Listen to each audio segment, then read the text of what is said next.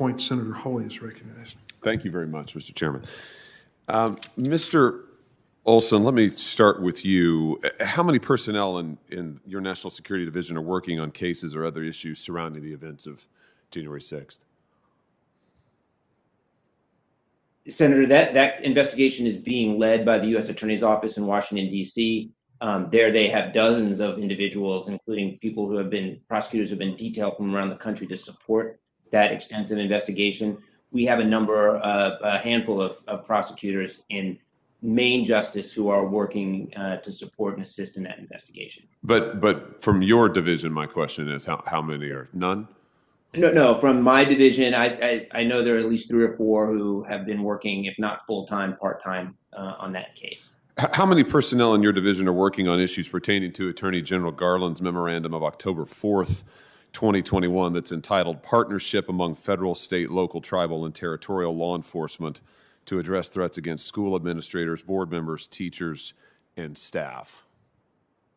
Senator, and with regard to that memo and that work, the National Security Division plays an informal advisory role. There's no one that's dedicated to that, on any sort of full-time or really even part-time basis. I think we're available to consult with if the facts warrant, that level of consultation with the National Security Division.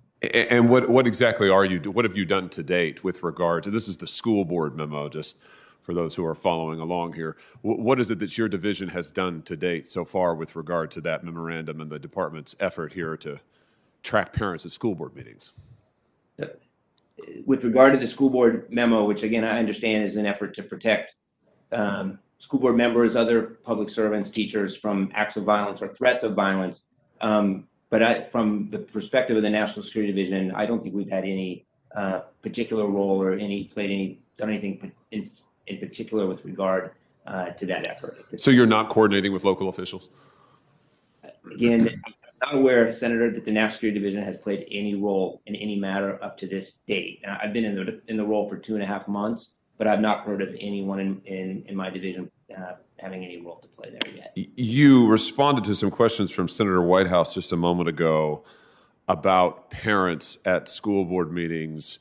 The gist of the questions was, it doesn't really matter if it's a school board meeting or elsewhere. If you commit acts of terrorism anywhere, then it's terrorism. Or is it your view that parents speaking out at school board meetings can be or are domestic terrorists?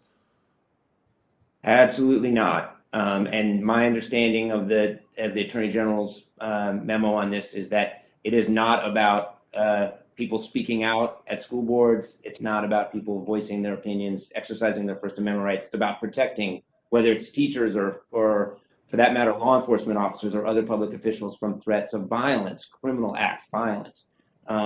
My understanding of Senator Whitehouse's question was really just about the location of various federal crimes, not necessarily domestic terrorism, but just federal crimes as largely being beside the point when it comes to federal law enforcement. Are Department of Justice officials and prosecutors still drawing up lists of crimes for which parents can be prosecuted regarding their participation in school board meetings? I'm not aware that that's ever happened. Really? You're not aware that it's ever happened? Did you watch the Attorney General's testimony before this committee when he was here last, when we read to him into the record a list of crimes that Department of Justice prosecutors, employees had prepared, had sent to local officials talking about crimes that parents could potentially be charged with, a list which, by the way, was incorrect, listed crimes that don't exist, but that had been sent to local partners in at least one state, all of the local partners in one state. Are you familiar with that, with his testimony in that regard? Did you watch that hearing? I am generally familiar with the Attorney General's testimony, and again, my understanding of both his testimony and his direction for the Department of Justice is to take the necessary steps that we can take, whether it's enforcing federal law or working with state and local partners to protect individuals who both are serving in public service roles, such as school board members and teachers, and to protect First Amendment rights of people who attend or speak at school board or other public meetings.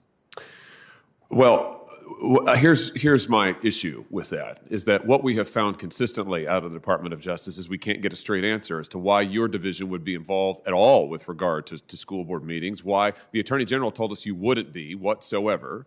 It appears from subsequent reporting that you have been. We were told that parents wouldn't be charged with federal crimes, but we know that Department of Justice prosecutors have drawn up lists of federal crimes and disseminated them to local partners. The Attorney General told us that hadn't happened. We now know from whistleblowers that it has happened, and we can't get a straight answer as to why parents should ever be treated or regarded as domestic terrorists. I've got other questions I'd like to ask you with regard to January 6th. My time has expired, so I'll give those to you for the record, and I'll have some additional questions for you regarding your division's involvement or not with what the Attorney General is doing with regard to school boards. Thank you, Mr. Chairman. Thank you, Senator Hawley. I believe Senator Booker is virtually available. Yes, Mr. Chairman, if you could. Senator Booker, take it away.